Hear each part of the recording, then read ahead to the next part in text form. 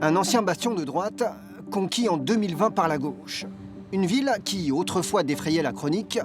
6 ans plus tard, il y a comme de la revanche dans l'air. Je crois qu'on a une ville beaucoup plus apaisée, qui fonctionne selon les règles de la République. Et on a 2 anciens adjoints de Serge Dassault et de Jean-Pierre Wechter qui veulent sûrement refaire vivre le passé. Le premier est mort, l'autre a disparu de la scène politique après une condamnation judiciaire. Ce qui est sûr, c'est que l'avionneur milliardaire, mis en cause dans l'affaire dite des achats de vote, a marqué Corbeil de son empreinte.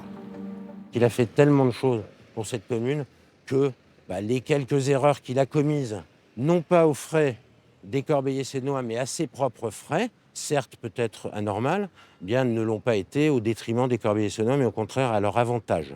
Sauf que cette part d'héritage est revendiquée par 2 candidats, comme si l'ombre de Serge Dassault planait encore.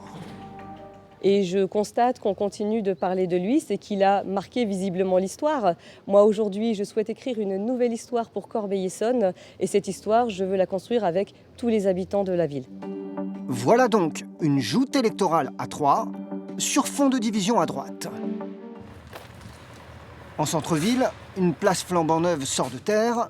Dans une commune où, tiens, le maire sortant est parvenu à unir LFI ainsi que tout le spectre de gauche derrière lui.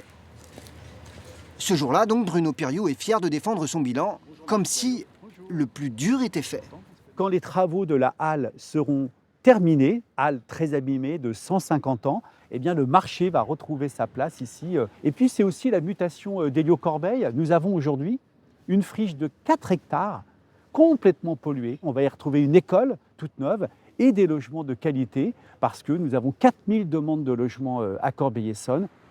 Corbeil-Essonnes, 54 000 habitants, compte 30% de logements sociaux. Le nouveau quartier devrait voir le jour ici, en lieu et place de cette imprimerie en ruine. Donc la particularité de ce bâtiment, c'est qu'il est transparent. Donc lorsque les rotatifs fonctionnaient, on voyait la nuit. Jean-François Bayle, candidat d'hiver droite, y est farouchement opposé. Il en a fait un enjeu de campagne. La dépollution du terrain. Et aujourd'hui, de quoi s'agit-il ? Il s'agit en fait de reconstruire dans un environnement, plutôt ancien, avec le vieux Corbeil ici. Et d'ailleurs, qui demande des tours de 30 mètres de haut dans un centre-ville ? Regardez, ça avait été signé avec Gérard Collomb, l'ancien ministre de l'Intérieur. Tout était prévu.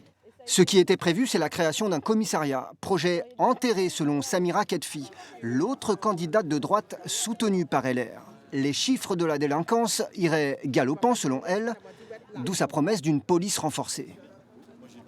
Je souhaite renforcer assez fortement la police municipale en doublant les moyens qui leur seront attribués, en mettant en place un effectif de 45 policiers municipaux, ils sont 15 aujourd'hui sur le terrain, et puis en renforçant leur terrain d'action, puisque j'aimerais avoir une police municipale qui intervienne 24 heures sur 24 et 7 jours sur 7. Il ne reste plus que quelques jours aux électeurs, ils sont 23 000 pour se décider.